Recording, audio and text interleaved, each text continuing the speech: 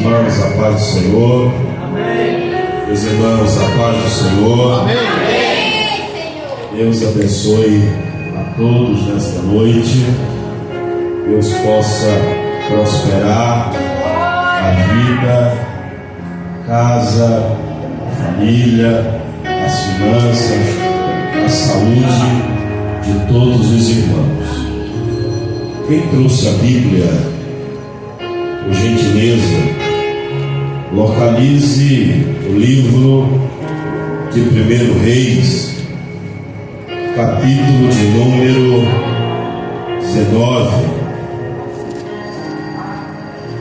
1 Reis, capítulo de número 19. Eu estou feliz com Jesus. Por quê, pastor? Porque Ele me deu mais uma oportunidade de estar na casa dele, adorando, glorificando. Baixa só um pouquinho o fundo musical para mim, por favor. Isso, perfeito. Muito obrigado, Diácono Rony. Deus abençoe a liderança da nossa igreja. Hoje Deus selecionou só os lindos para estarem na sua casa nessa noite. Quem é bonito, diga eu. Quem tem dúvida, diga misericórdia. Deus abençoe aos homens de Deus que estão aqui conosco no altar, Diácono Paulo, Diácono Juniel, Diácono Ridomar, Diácono Rony e a minha digníssima esposa.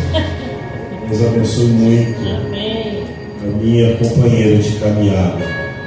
Quantos encontraram o texto? 1 Reis, capítulo de número 19. Com um sinal, diga amém.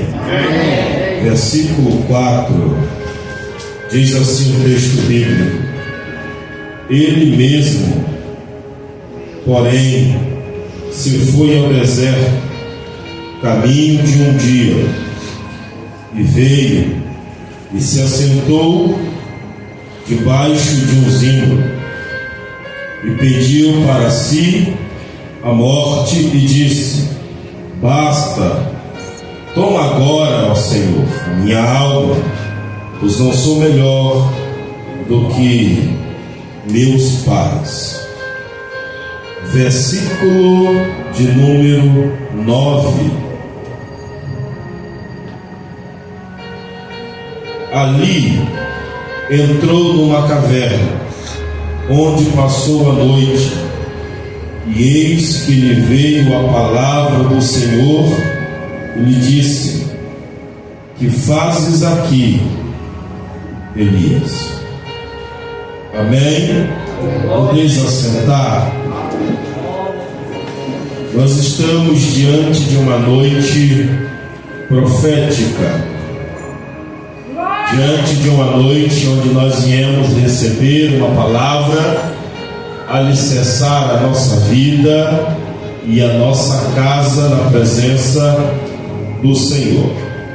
O texto que nos está exposto na noite desse dia, ele é um texto que nos traz uma certa angústia no nosso coração, uma certa tristeza na nossa alma, porque ele fala de um homem que se tornou uma referência de geração em geração.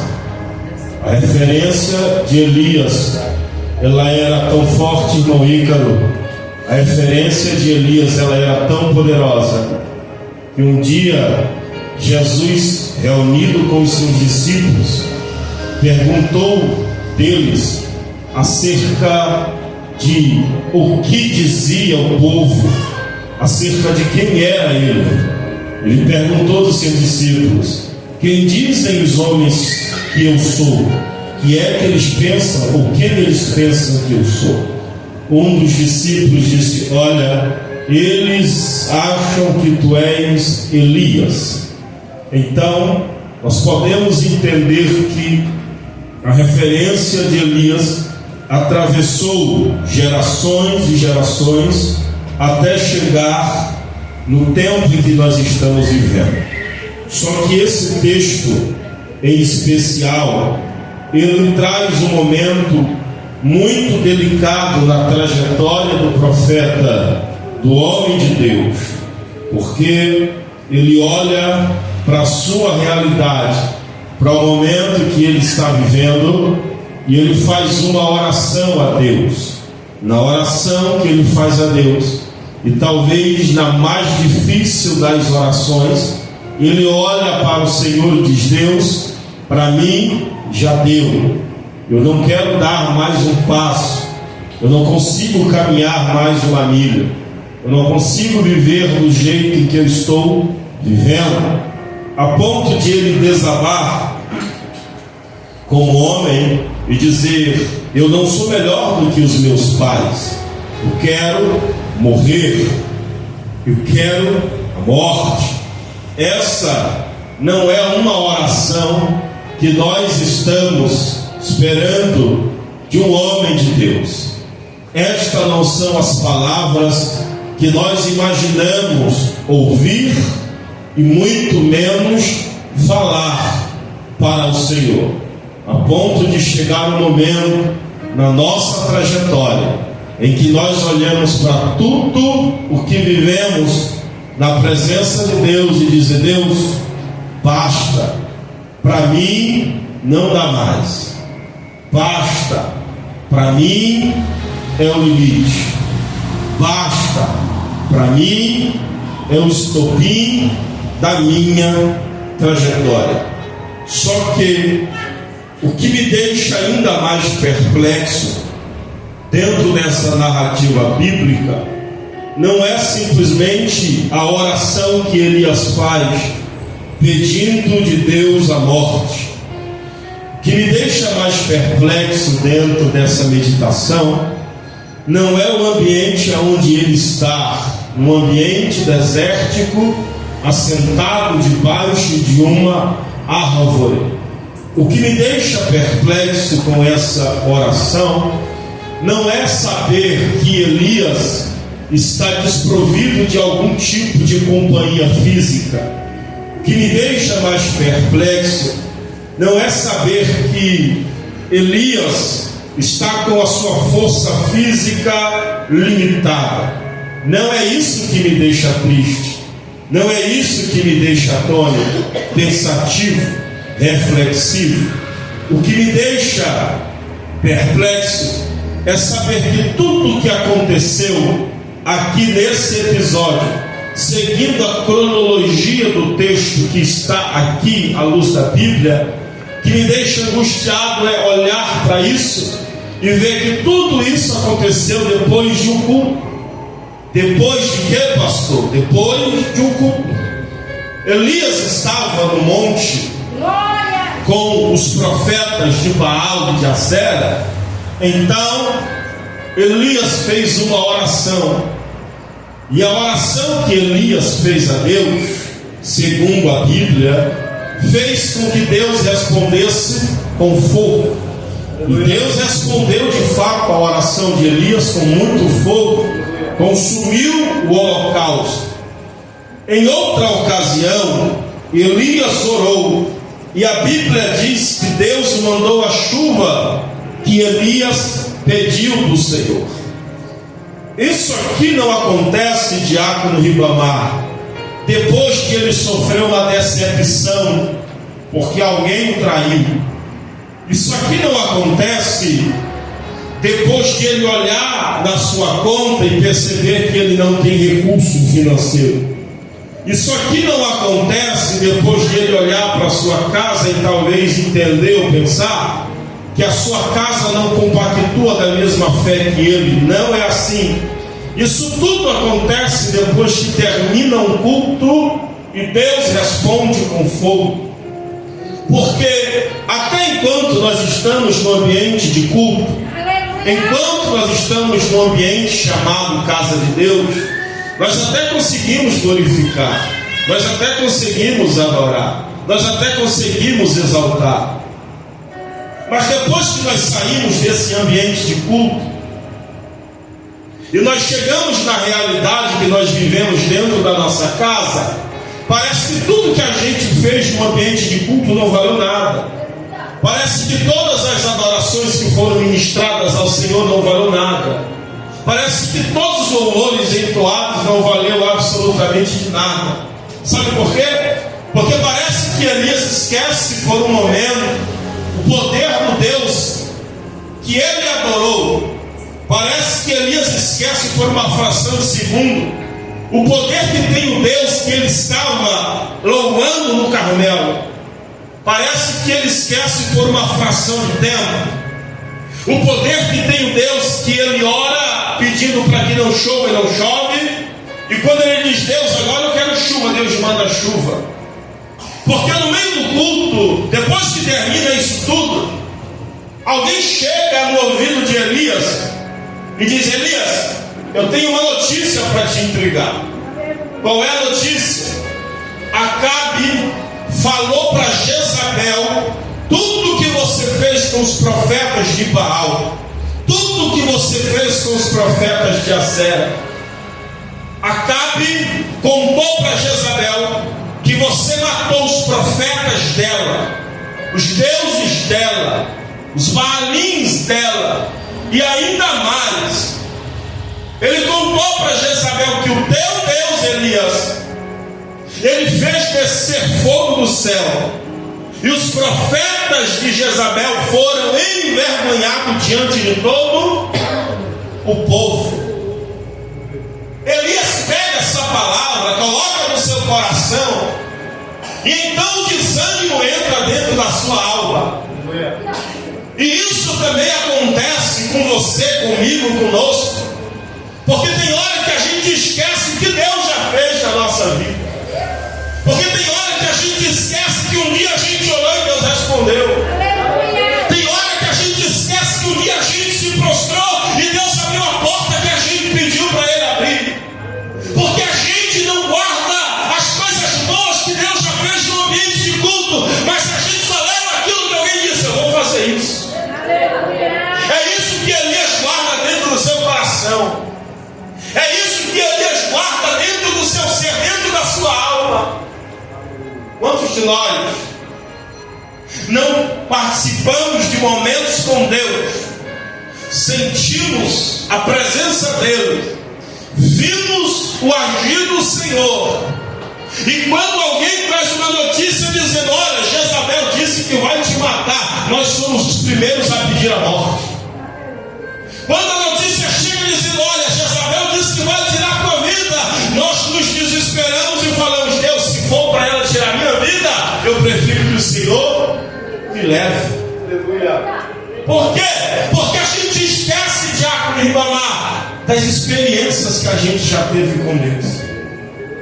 Nós nos esquecemos de tudo que nós já passamos com Ele.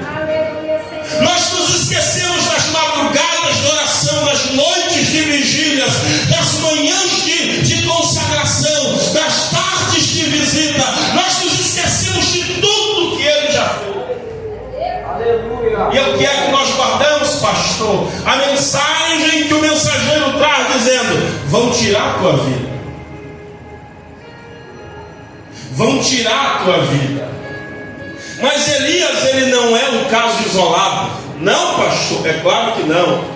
Se nós formos folhear a Bíblia, em 1 Samuel capítulo 27, no versículo número 1, Davi vai dizer: olha, pode ser que algum dia eu venha perecer pelas mãos do meu senhor Saul.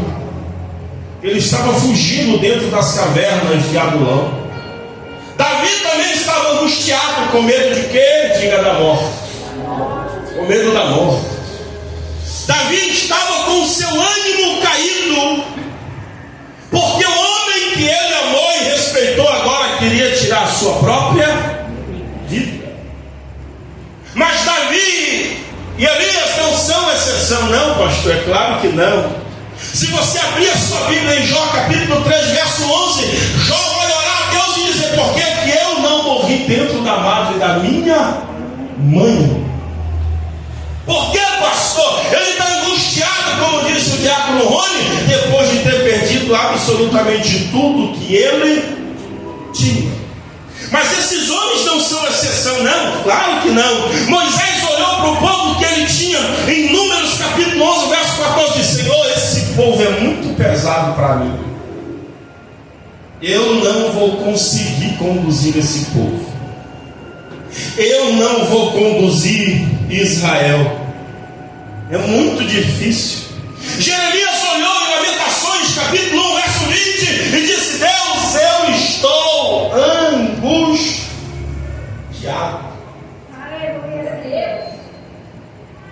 Jonas, quando recebeu a ordem de profetizar, no capítulo 4, verso 8, disse: para mim é melhor morrer.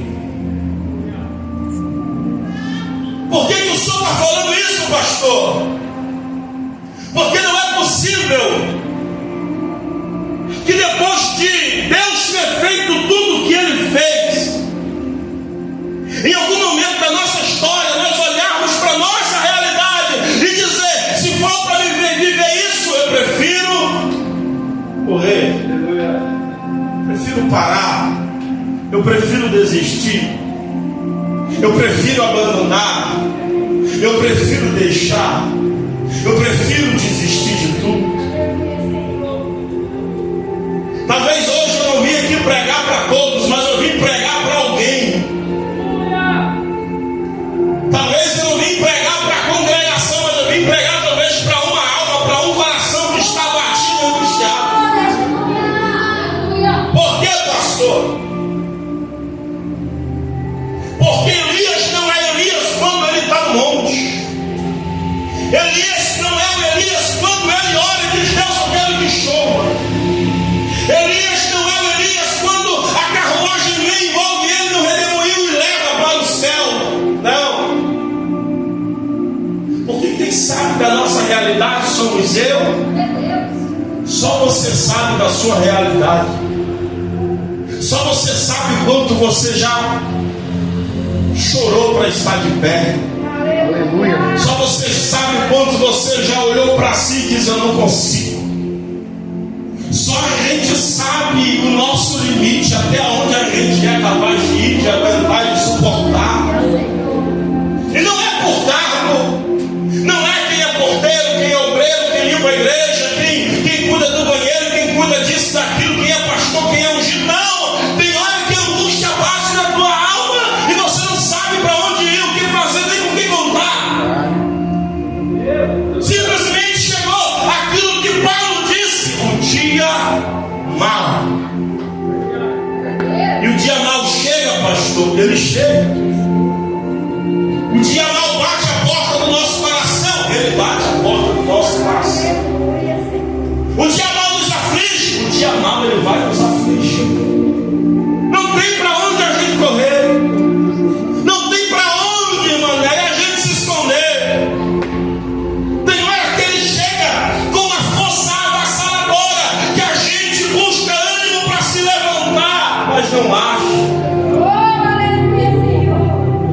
Que a gente busca ânimo para se posicionar e não encontra.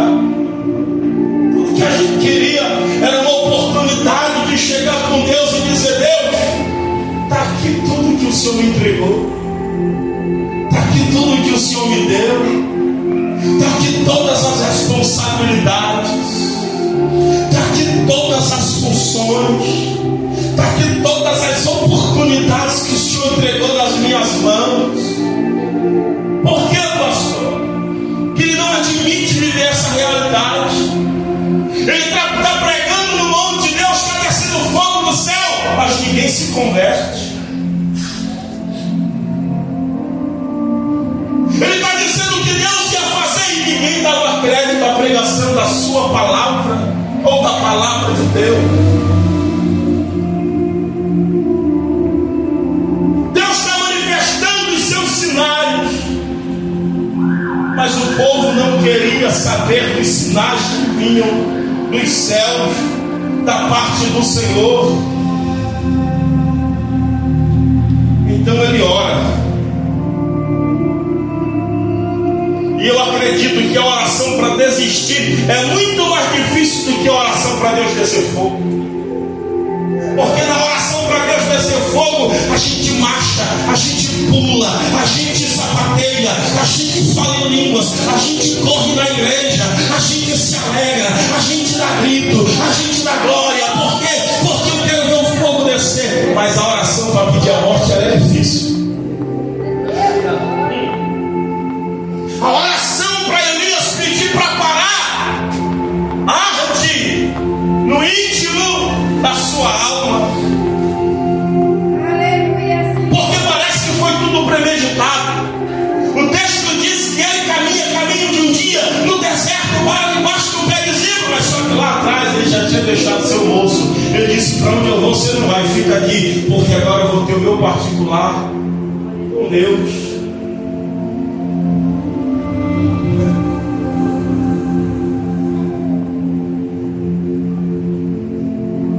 Se a oração mais difícil que dá para se fazer, que nós um dia talvez precisaremos, ou se tiremos a necessidade na alma de fazer, sabendo que essa não é a vontade de Deus.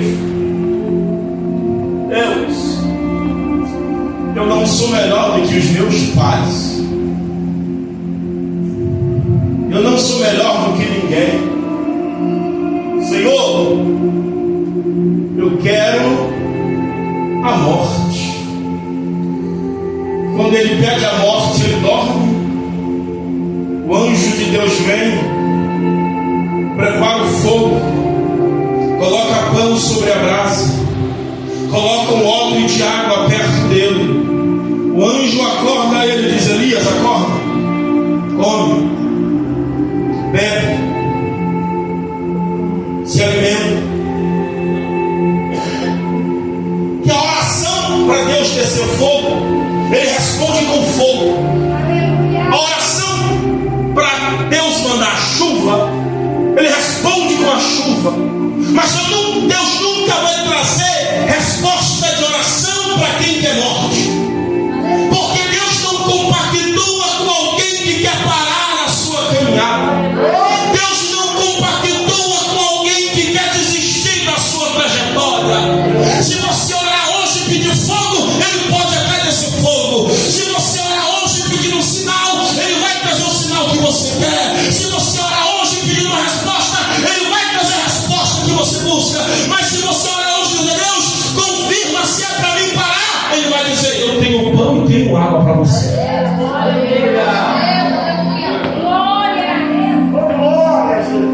Deus não responde quando a gente quer parar. Jesus, orando dentro do Getsemane, disse: Pai, se for possível, passa de mim esse cálice. Eu não vou aguentar viver o que eu tenho que viver. Passa de mim, não deixa eu beber desse amargo. Uma conjectura minha. Quando ele entende que Deus não responde, ele diz: todavia, seja feita conforme a tua vontade. Não é pela dor que você sente, não é pela agonia que você vive, não. Deus nunca vai responder para você que disse que quer parar, que quer desistir, que não aguenta mais, que não se acha capaz de viver, de exercitar. Deus nunca vai responder a pergunta, a indagação de alguém que quer abandonar o seu chamado. Não, pastor, não, porque todas as vezes que a gente quer parar, Deus diz: ei, te levanta, eu tenho pão e tenho água para você. Eu tenho pão e tenho água para você. Essa é a única oração que o céu não responde. Que oração, pastor? A oração de um coração fracassado que quer desistir de viver os projetos que Deus tem preparado para a sua vida. Deus chamou você, Elias.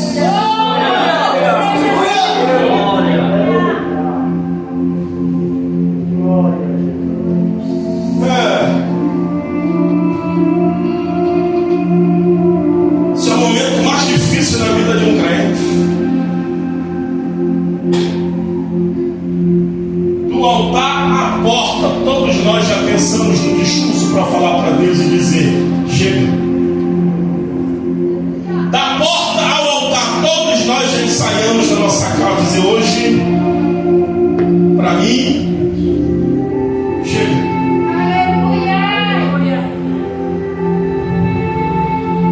Quando a gente entra no ambiente de culto, o que a gente encontra?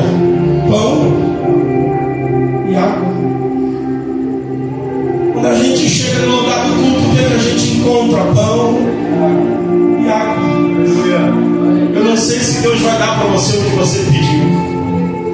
Eu não sei se o céu vai abrir a porta que você pediu para ele abrir. Eu não sei se Deus vai responder do jeito que você pediu para ele responder. Mas uma coisa eu tenho certeza: que hoje vai ter pão e alma para saciar a tua alma. Eu vou repetir para alguém tomar posse dessa palavra.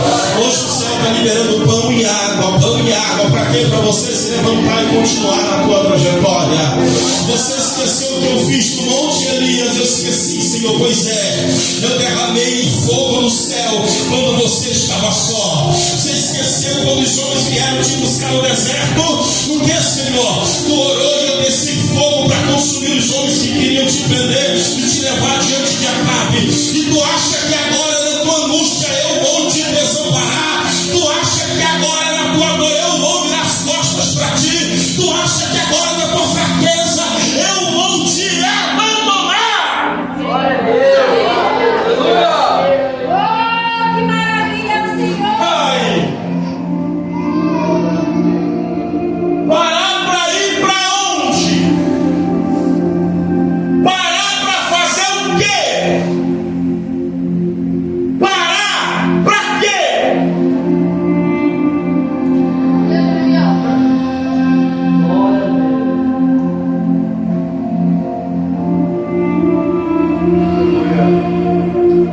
Elias não prestava para nada mais além de servir ao Senhor.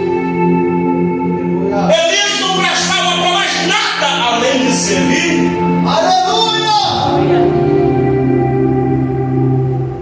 Ah, pastor, lá no mundo eu era bicho solto, agora se eu for, tu vai ficar um bicho amarrado, porque não é mais a mesma coisa.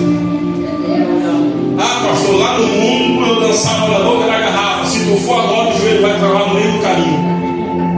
Não é mais a mesma coisa. Ah, lá no mundo eu passava 3 noites virado, e agora tu não vira nem meio-dia. Não é mais a mesma coisa. Parar para quê? Desistir para quê? Voltar para quê? Não, ser sincero com você, é ou não é a oração mais difícil da nossa vida? É ou não é o dia mais angustiante da nossa vida? É um dia difícil, é um dia complicado, é um dia ruim, é um dia mau. Outro dia eu acordei, fiquei deitado. A pastora levantou, foi para a cozinha, preparou o café, preparou a mesa. Aí veio me chamar e disse: não quero comer nada. Mas levantando, eu disse: não quero levantar, não quero, quero ficar aqui, eu quero ficar deitado o dia todo. O que tu tem? Não sei. Eu não acordei legal, eu quero ficar aqui, eu não quero sair, eu não quero trabalhar, eu não quero ficar em casa, eu quero ficar deitado. Eu só queria ficar em casa, deitado. Mas no meu coração, eu estava ensaiando um discurso para tentar dizer para minha esposa: para mim, chega. Aí eu lembrei dos momentos que eu passei na presença do Senhor, das orações que nós já realizávamos, das campanhas que nós já fizemos, dos momentos subindo os vales, subindo os montes e descendo os vales. Aí eu me levantei e eu disse: Deus, mesmo na minha dor, eu vou me levantar, porque se eu parar, tem gente que vai parar comigo. Se eu voltar, tem alguém que vai voltar comigo. Porque tem hora que a gente não é forte porque a gente quer, porque a necessidade exige que nós sejamos fortes. Tem dia que a gente não vai adorar porque a gente quer, mas se a gente parar de adorar, a nossa casa vai perecer. Tem dia que a gente não vai levantar de madrugada para orar porque a gente quer orar, mas é porque se a gente parar de orar, a nossa casa perece, o ministério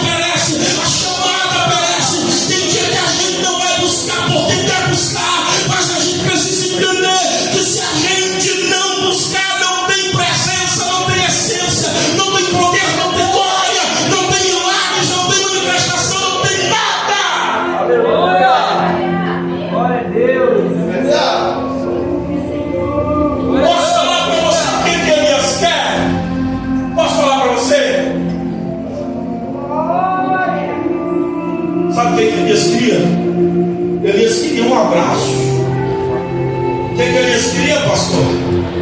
Um abraço. Que ele vai falar para o dono da vida dele que ele não quer mais ele na sua vida.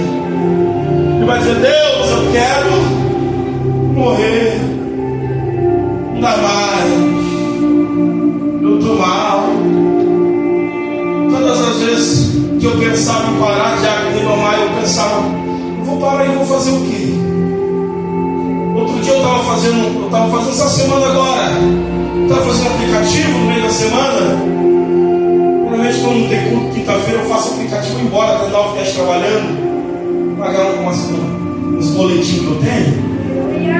Aí eu falei para o pastor: amor, eu estava lá perto do Aleixo, peguei uma corrida aqui para Colônia Santo Antônio. E eu olhando uma moça sentada aqui do lado, mais 3 jovens atrás, pelo que eu entendi, ela era discipuladora das outras jovens que estavam dentro do carro. E ela falando de Bíblia, de Bíblia, de Bíblia. E ela dizendo: hoje o nosso jejum foi uma bênção. Que bom foi. Parabéns porque vocês jejuaram pela primeira vez. Parabéns porque vocês se consagraram. Ela alegre por conta das 3 discípulas. E elas estavam indo para o culto. Eu cheguei, eu achei que eu fosse ver uma igreja, mas na verdade era uma quadra, um terreno. Eu entrava aberto.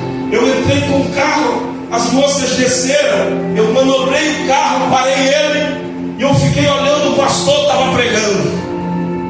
O pastor estava pregando sobre José. Eu parei o carro, desliguei, fiquei 5 minutos olhando aquela mensagem. O aplicativo tocando corrida e eu rejeitando, quero saber, eu quero ver essa mensagem, eu quero ficar uns minutos aqui. E aí passou um filme na minha cabeça: parar para quê? Voltar para quê? Desistir para quê? Ah, irmão, teve um preço alto que foi pago lá na cruz, por você, por mim, pela sua casa, pela sua família, pela sua chamada, pelo seu ministério. O nosso Cristo não morreu em vão. Você pode achar que você não é capaz, mas quando ele subiu naquele madeiro e pegou a sua vida, ele disse: eu vou porque eu sei que ele vai conseguir. Eu sei que ela vai ter força no seu pior momento de dor para se levantar. Aleluia. E eu olhei aquele pastor, aquele pregador pregando, e eu falei: Deus, eu fui chamado para isso. Que às vezes a gente prega tanto, a gente prega tanto, e às vezes a gente não para ouvir alguém pregar. Uma mensagem tão simples que fala o nosso coração.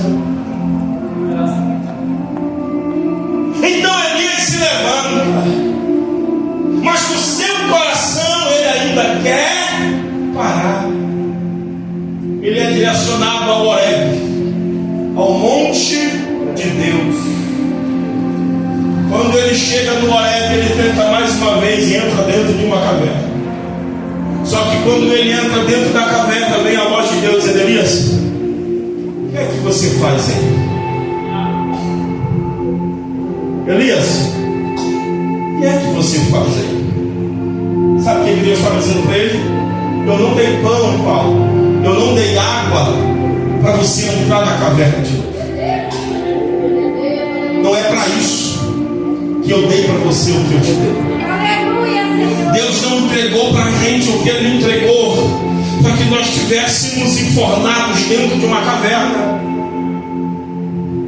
Ah, pastor, eu estou esperando o tempo certo para eu me levantar. Não tem tempo certo, porque o tempo certo está desde a eternidade. No dia que o seu filho foi para o madeiro, ele já nos colocou de pé pela sua graça, pela sua infinita misericórdia. Pão e água não é para eu e você pensarmos em entrar dentro da caverna.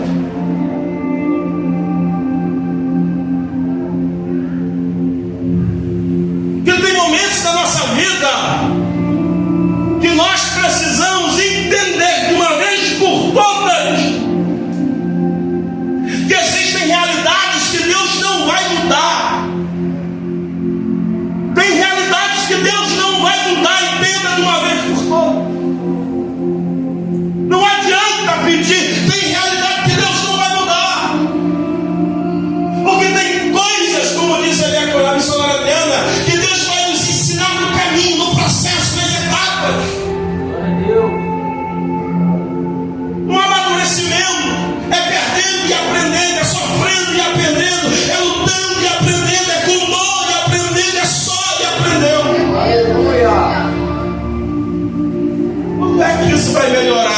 sei. Quando é que as coisas vão ficar boas? Não sei. Mas eu sei de uma coisa, que aquele que começou, ele é fiel para completar a sua obra. Aquele que começou, ele é fiel. Ele vai completar a sua obra. Eu já vou encerrar para a gente orar nessa noite. Eu disse que eu não trouxe essa mensagem para todos, mas para alguém que precisa ouvir a voz de Deus.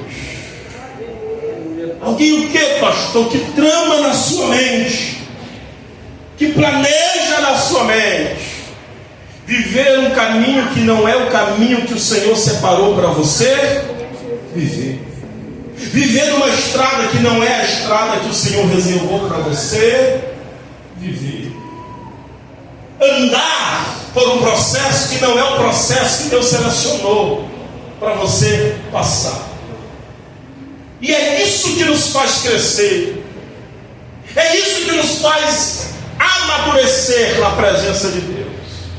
Eu entender que apesar de tudo, Ele continua sendo Deus, que apesar das circunstâncias, Ele continua sendo Deus, que apesar das lutas, Ele continua sendo Deus, que apesar das minhas dificuldades, Ele continua sendo Deus, que apesar dos problemas que você enfrenta, Ele continua sendo Deus. E se Ele quiser, antes do final desse ano, Ele muda a tua realidade, Ele muda a tua história, Ele te levanta, Ele te ergue, te sustenta, Ele firma os teus pés. Pegue na mão de quem está do seu lado, me ajude a pregar e diga, olhe dentro dos olhos dessa pessoa e diga: você não vai morrer, diga: você não vai parar, porque hoje tem pão, hoje tem água, e principalmente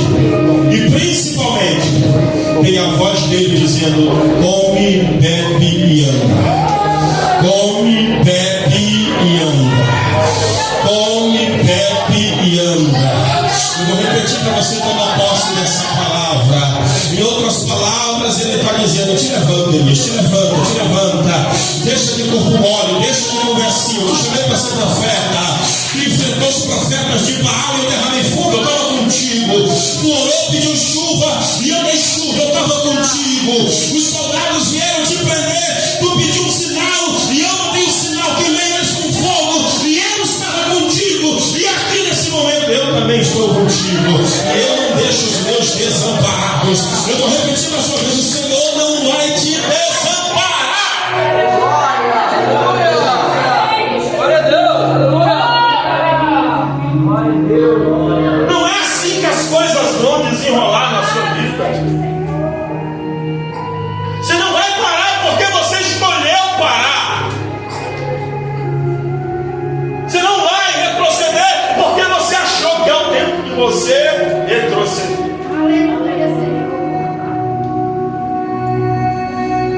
Nós precisamos ter a nossa fé alicerçada. Alicerçada em quem? No Senhor. Não esqueça os momentos que você já viveu na presença dele. Não esqueça o que ele entregou para você. Não esqueça. Você sabia que tem gente que ora para ter aquilo que Deus te entregou? Como assim, pastor? Tem gente que ora para ter aquilo que você tem. Tem gente que ora para ser aquilo que você é. Tem gente que ora para fazer do jeito que você faz. Tem gente que ora para ser usado do jeito que Deus te usa. Só que não vai conseguir porque Deus separou para você, Deus deu para você, Deus entregou para você, Deus confiou sobre a tua responsabilidade. Queria que você ficasse de pé comigo nessa noite. Queria que você ficasse de pé comigo nessa noite. Isso, levanta esse fundo musical.